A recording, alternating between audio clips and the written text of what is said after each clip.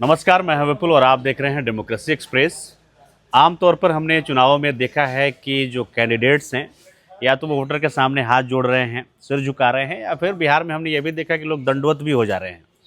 मगर इस बार हमें बिहार विधानसभा चुनाव में ये देखने को मिला कि एक ऐसे भी कैंडिडेट हैं जिनके पैर वोटर छू रहे हैं, और वो हैं प्रोफेसर केसी सिन्हा जी। जी हाँ, कुम्हरार से जनसुराज के उम्मीदवार हैं, बहुत चर्चित उम्मीदवार हैं, बड़े मैथमेटिशियन है। आज हमारे साथ बातचीत करने के लिए सर खुद मौजूद हैं। आपका बहुत बहुत स्वागत है सर डेमोक्रेसी एक्सप्रेस की तरफ से। Thank you very much. और आपके दर्शकों को मेरा प्रणाम। सर, आपका लंबा सफ़र रहा है शिक्षा के क्षेत्र में। राजनीति में कैसे, मतलब कैसे ये ख्याल आया राजनीति में आने का? इसमें दो बात हुआ। एक तो प्रशांत किशोर जी पटना साइंस कॉलेज के छात्र थे, 91-93 इंटरमीडिएट बैच में, और मैं गणित का प्रोफेसर था, तो ये भी एक संबंध था। और दूसरा कि हमको ऐसा लगा, और उन्होंने इस प्रशांत किशोर जी ने जब पद यात्रा शुरू किया तो हमको कहा कि आप हमारे साथ आ जाइए, बिहार को बदलने में मेरा साथ दीजिए। तो उस समय हम वाइस चांसलर थे। अच्छा। इसलिए हमने कहा कि नहीं, बीच में हम कोई चीज़ छोड़ नहीं, जो जिम्मेदारी मिली है उसको पूरा करेंगे, उसके बाद सोचेंगे।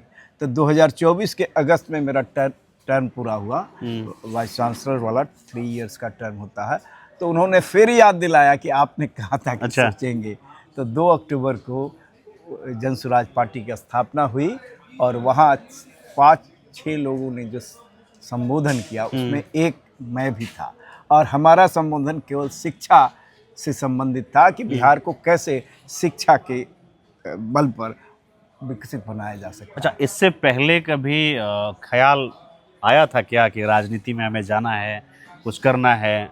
बिल्कुल नहीं आया था, नहीं था। लेकिन हमने फील किया कि शिक्षा का क्षेत्र जो है वो तो सीमित रहा। जैसे पटना साइंस कॉलेज के हम प्रिंसिपल थे, तो पटना साइंस कॉलेज में हम जो व्यवस्था में सुधार लाना चाहते हैं वो कर सकते हैं कुछ हद तक, लेकिन बिहार का विकास होने, बिहार को विकसित राज्य बनाने के लिए केवल शिक्षा ही से नहीं किया जा सकता।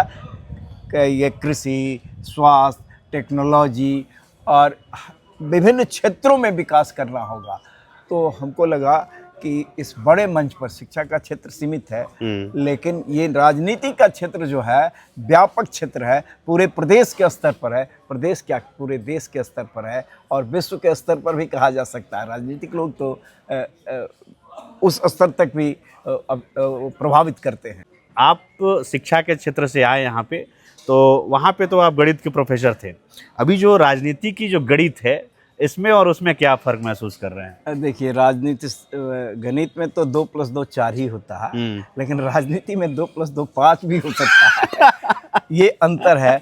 और अपने अनुभव के साथ विभिन्न क्षेत्रों के लोग इसमें अगर आए, शिक्षा के क्षेत्र का, स्वास्थ्य के क्षेत्र का, कृषि के क्षेत्र का, सामाजिक काम करने, सामाजिक काम जो करते हैं उस क्षेत्र के, कानून के क्षेत्र के, तो विभिन्न क्षेत्रों के अनुभव वाले लोग अगर आएँ तो नीतियाँ तो यहाँ बनती है, कार्यान्वयन भी यहीं से होता है, तो नीतियों को वो प्रभावित कर सकते हैं। और बिहार के विकास के लिए नीतियाँ क्या होनी चाहिए और उसका कार्यान्वयन कैसे हो सकता है, इसको वो उसमें उनका से हो जाएगा, उनकी भूमिका हो जाएगी। तो हम समझते हैं कि ये बिहार के लिए बहुत अच्छा होगा, और लोग इस कुम्हरार विधानसभा क्षेत्र के परिणाम के लिए बहुत उत्सुक हैं। अगर एक आदमी डिस्करेज हो, एक आदमी की हार हो गई, व्यक्ति से नहीं मतलब है उस तबके का, यानी ऐसे लोग, अनुभवी लोग विभिन्न क्षेत्रों के जो है उनके लिए अगर हार हो गई तो बहुत सारे लोग डिस्करेज हो जाएंगे। अगर जीत हो गई, जनता का निर्णय हमारे पक्ष में हुआ, तो बहुत सारे लोग इस तरह के इसमें आने का सोचेंगे। जो कुम्हरार विधानसभा क्षेत्र है, वहाँ पे बड़ी तादाद कायस्थ समाज के लोगों की है, और ये जो सीट है वो भारतीय जनता पार्टी का गढ़ माना जाता है। ऐसे में जब आपको जनसुराज से टिकट मिला, तो आपको ये कहीं नहीं लगा कि ये जो बीजेपी का गढ़ है इसको कैसे तोड़ा जाएगा? ये ख्याल आया क्या आपको? नहीं, चूँकि हमको ऐसा लगा कि हम अपने मुद्दे को लेकर के जनता के पास जाएंगे। और युवा वर्ग आज का जो है वो बहुत चीज़ों को देखता है, वो चाहता है कि विकास हो, वो चाहता है कि काम हो।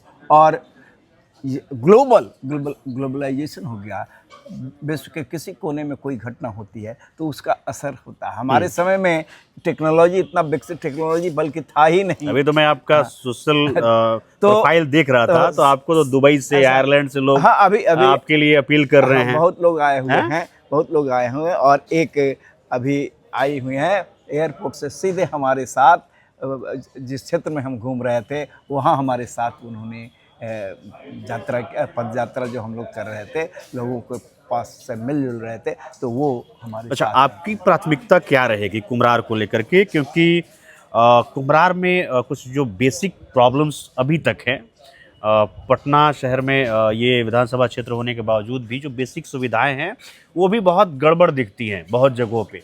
तो आपकी प्राथमिकता क्या कुछ है? यहाँ दो प्राथमिकता है। एक तो यहाँ का जो कनेक्टिंग लेंस है, रोड की स्थिति बहुत ही ख़राब है। मेन रोड छोड़ दीजिए, तो कनेक्टिंग रोड्स, बाई लेंस जो है उसकी हालत जर्जर स्थिति में वो है, जल जमाव हो जाता है, गड्ढा है। अभी तो हम घूम करके आए, पैदल चलना मुश्किल है बहुत जगह। और जब हम घूम रहे थे बहुत जगह पानी लगा था, पूरा भीग जाता था।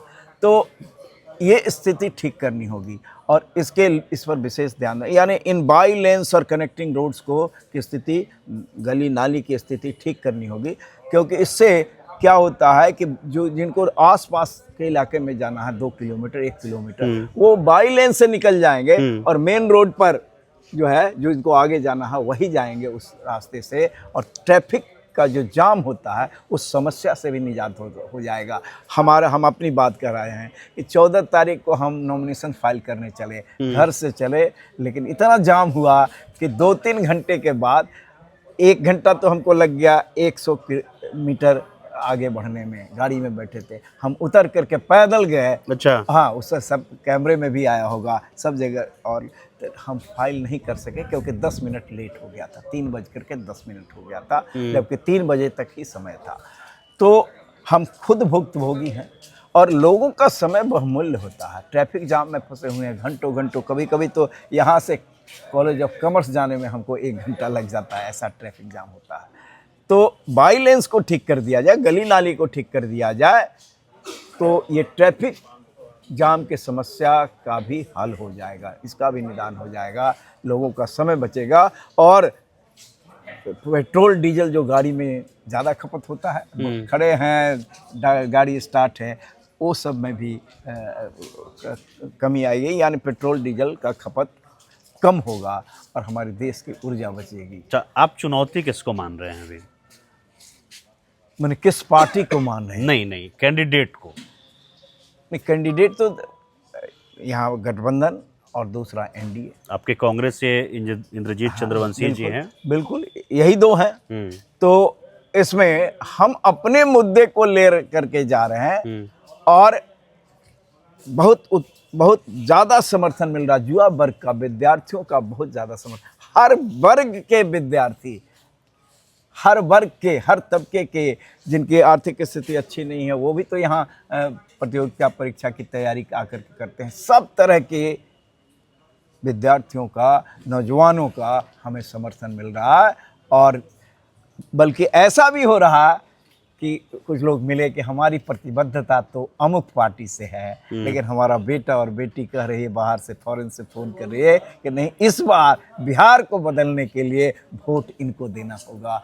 और वो ऐसे बहुत लोग मिल रहे हैं जो, और बाहर से बहुत सारे स्टूडेंट्स हमारे आए भी हैं, यूएस से, यूके, सिंगापुर, ये चाइना से भी आए हैं, जो हमारे साथ घूमते हैं। जैसे अभी यहाँ हैं जो एयरपोर्ट से सीधे हमारे साथ लोगों से।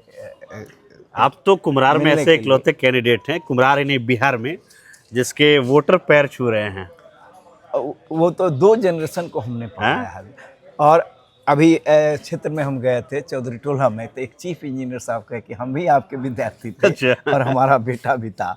तो आप सोच सकते हैं, देखिए टीचर के प्रति लोगों के दिल में सम्मान होता है, लेकिन और बिहार, सब लोग समझ गए हैं कि बिहार का का विकास तभी संभव है जब शिक्षा का केंद्र बनाया जाए, यानी शिक्षा ही वो रास्ता हो सकता है जिससे बिहार को शिखर पर ले जाया जा सकता है, शिक्षा और कृषि। चलिए सर, हमसे बातचीत करने के लिए बहुत बहुत धन्यवाद। हमारी शुभकामनाएं आपके साथ हैं, और आपको हमारी ये बातचीत कैसी लगी आप हमें ज़रूर बताएं। बाकी ऐसे ही वीडियोस के लिए आप देखते रहिए democracy express. Thank you very much. Thank you sir.